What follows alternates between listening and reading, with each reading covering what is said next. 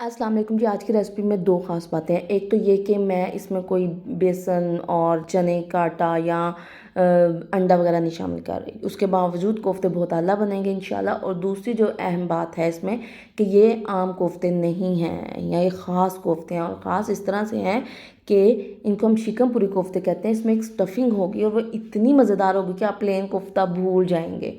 बहुत बहुत लाजवाब किस्म के ये कोफ्ते हैं। और यकीन करें, मैं सिर्फ इसको ना टेस्ट करने लगी थी, लेकिन हाथ नहीं रुका और मैंने पूरा कोफ्ता उसी वक्त चट कर दिया। बस आप यूँ समझें कि सब्र नहीं होता और हाथ नहीं रुकता। इतने मज़े के कोफ्ते हैं। तो टाइम ज़ाया किए बगैर हम चलते हैं अपनी रेसिपी की तरफ। बहुत सादा और आसान सी रेसिपी है। इसके लिए सबसे पहले ना हमें चाहिए कीमा, जिसके हमने कोफ्ते बनाने हैं। उस कीमा मैंने इस्तेमाल किया आधा किलो, और इसको आप 2 दफ़ा कम से कम मशीन से निकाल लें ताकि थोड़ा सा बारीक हो जाए। इसके बाद इसको मैं चॉपर में भी मज़ीद बारीक करूँगी।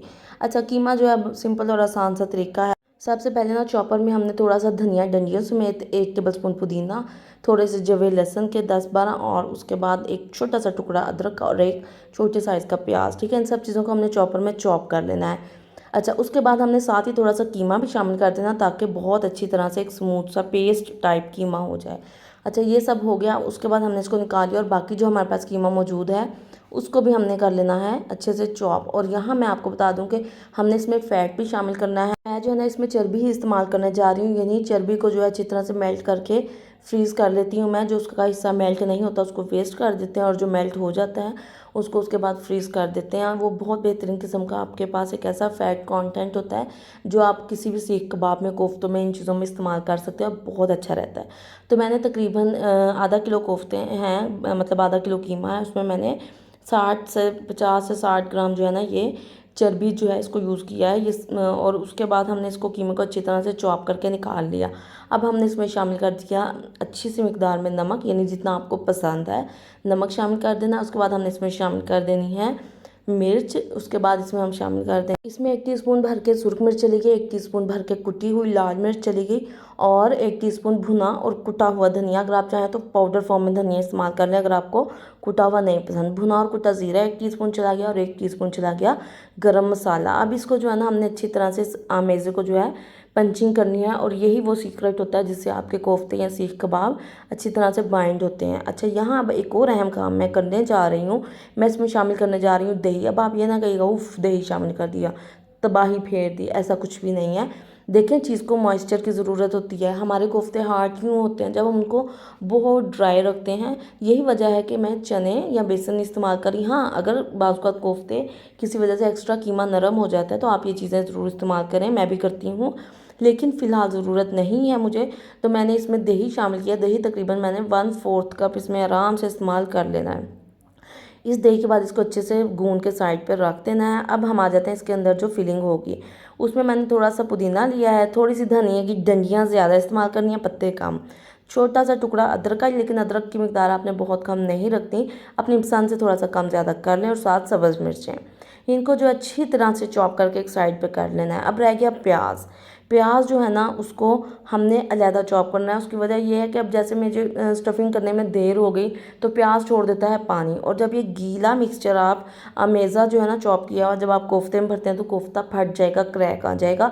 तो इस वजह से मैंने देखिए अब इसको प्याज से कितना पानी निकला। यही वजह कि मैंने इसको अलहदा चॉप किया था और साइड पर रख दिया था, क्योंकि मैं बिज़ी थी। जब मैंने कोफ्ते बनाने शुरू किए तो मैंने इनको मिक्स कर लिया। साथ ही मैंने इस हरे मसाले में ना शामिल कर दिया नमक। अब हमने कोफ्ते को जो है फ्लैट कर लेना है कीमे को, और दरमियान में जो है हमने ये जो हरा मसाला है इसको थोड़ा सा डाल देना है, तकरीबन 1 टीस्पून ये डाल देंगे। और उसके बाद इस कोफ्ते को अच्छी तरह से कवर करके अपने हाथों को ऑयल लगा लेना और इसको अच्छी तरह से बाइंड कर देना है। यानी आपके कोफ्ते में कोई क्रैक नहीं होना चाहिए। कोफ्ते ख़राब होने की एक वजह ये क्रैक्स होते हैं।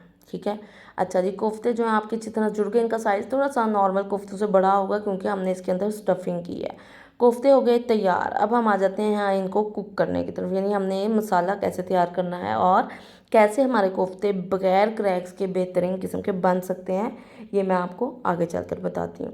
हमने ये किया कि हमने लिया प्याज, एक अच्छे से साइज़ का प्याज, 15-16 जवे ले लिए लहसुन के, और थोड़ा सा अदरक ले लिया, 1 से 1.5 इंच का टुकड़ा, 2 टमाटर, और आगे जाके हम इसमें दही इस्तेमाल करेंगे। मैंने इन सब चीज़ों को अलग-अलग ब्लेंड कर लिया था। मुझे यही ग्रेवी बनानी आसान लगती है तो मैंने इस तरह से कर लिया था। उसके बाद मैंने ये किया कि कढ़ाई में मैंने लिया अलहदा अलहदा से मुराद मैं एक दफ़ा फिर बता दूं आपको कि टमाटर अलहदा, प्याज अलहदा और लहसुन अदरक एक तरफ, यानी 3 हिस्सों में मैंने इसको ब्लेंड कर लिया। अब कढ़ाई में मैंने 2 अदद कड़ी पत्ते शामिल किए, 2 बड़ी इलायची शामिल की और 1 दालचीनी का टुकड़ा, 3-4 लौंग। इस मसाले को अच्छे से कड़कड़ा लिया। उसके बाद मैंने इसमें प्याज का पेस्ट शामिल किया। प्याज का जब कलर हल्का सा चेंज होने लगा तो मैंने इसमें शामिल कर दिया लहसुन अदरक का पेस्ट। लहसुन अदरक को मैं बहुत ज़्यादा नहीं पकाती, बस ज़रा खुशबू आने लगेगी तो हम टमाटर शामिल कर देंगे और साथ ही हम इस मसाले में नमक, मिर्च और हल्दी शामिल कर देंगे। आप अपनी पसंद के मुताबिक नमक और मिर्च शामिल करें और हल्दी जो 1 टीस्पून मैंने इस्तेमाल की थी। इसके अलावा बस इसको मैंने पेपरिका पाउडर भी इसमें यूज़ किया था, आप चाहें तो कश्मीरी लाल मिर्च भी डाल सकते हैं। ये मसाला जब भून गया तो हम इसमें शामिल कर देंगे दही, तकरीबन 1 कप, और उस दही डालने के बाद भी आपने उसको खुश्क कर लेना है और मसाले को जो बहुत अच्छी तरह से भून लेना है, बेहतरीन किस्म की। जब मसाले की भुनाई हो जाएगी ना तो आपने इसमें पानी शामिल कर देना है। अच्छा, अब यहाँ पे आता है हमारा अहम पॉइंट, पानी आपने कितना शामिल करना है ये मैं आपको बताती चलूँ। देखें जी, कोफ्ते हमारे 2-3 वजूहात से टूटते हैं। एक तो हमारे कोफ्ते उस सूरत में टूटते हैं जब हमारे कोफ्ते पूरी तरह शोरबे में, मसाले में कवर नहीं होते, ठीक है। या तो आप इतना पानी शामिल करें अपने मसाले में कि आपका कोफ्ता जो है पूरी तरह उसमें डिप हो जाए। जब मसाला जो है पानी पकने लगेगा, आपने उस टाइम पे आंच बिल्कुल हल्की करके उसमें उस टाइम कोफ्ते शामिल करने हैं, ठीक है।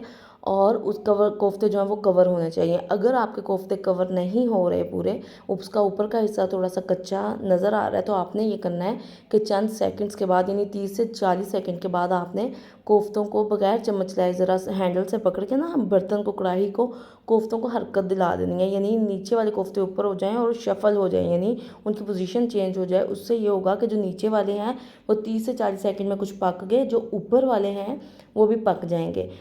कच्चा कीमा जब ऊपर की तरह तह में मौजूद होता है आपके कोफ्ते में, तो वो एकदम नीचे से एक प्रेशर हीट का आता है, तो कोफ्ते में अगर मामूली सा भी क्रैक हो ना तो वो बिल्कुल फट जाते हैं, उसके चांसेस बहुत ज़्यादा होते हैं। तो आप, ये मेरी पर्सनल ऑब्जर्वेशन है और मेरा यही तरीका है और मुझे यूँ ही लगता है, मैंने कहीं से सीखा नहीं है। अगर मुझ में कहीं ये बात आपको गलत लगती है तो आप इख्तिलाफ़ कर सकते हैं या मेरी रहनुमाई कर सकते हैं। लेकिन मैं इसी नतीजे पे पहुंची हूँ कि कोफ्ता या तो आपका मुकम्मल मसाले में, शोरबे में डिप हुआ हो, या फिर आप उसके साइड चंद सेकंड्स के बाद चेंज कर दें। अब आपके कोफ्ते जो वो महफूज हैं इंशाल्लाह, वो बिल्कुल भी ना उन पे क्रैक्स आएंगे और वो इतने सॉफ्ट होंगे क्योंकि हमने दही की वजह से उन्हें मॉइस्चर दिया हुआ है। अच्छा, अब आप इसको कवर कर दें और कोफ्तों को गलने के लिए रख दें। जब कोफ्ते गल जाएंगे उसके बाद आप इसमें अपने पसंद की ग्रेवी रखें, पतला शोरबा रखना चाहते हैं या मसाला रखना चाहते हैं। उसके बाद मैंने इसमें शामिल कर दी थी सब्ज़ मिर्चें, सब्ज़ धनिया, भुना और पिसा हुआ सूखा धनिया, और भुना और पिसा हुआ ज़ीरा पाउडर, और उसके बाद साथ ही गरम मसाला थोड़ा सा शामिल किया था, इसको कवर कर दिया था। अगर आपने जो दही इस्तेमाल किया है वो बिल्कुल भी खट्टा नहीं है तो थोड़ा सा लेमन जूस इसमें शामिल कर दें, फ्लेवर इन्हेंस करता है, खट्टा नहीं करना शोरबे को।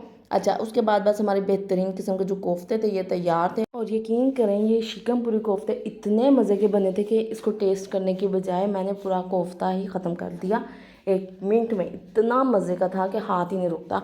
ट्राई कीजिएगा, रेसिपी बताइएगा आपको कैसी लगी और दुआ में याद रखिएगा। ज़िंदगी रही तो फिर हाजिर होंगी मज़ीद पुठी सीधी रेसिपीज़ के साथ। इजाज़त दीजिए, अल्लाह ने।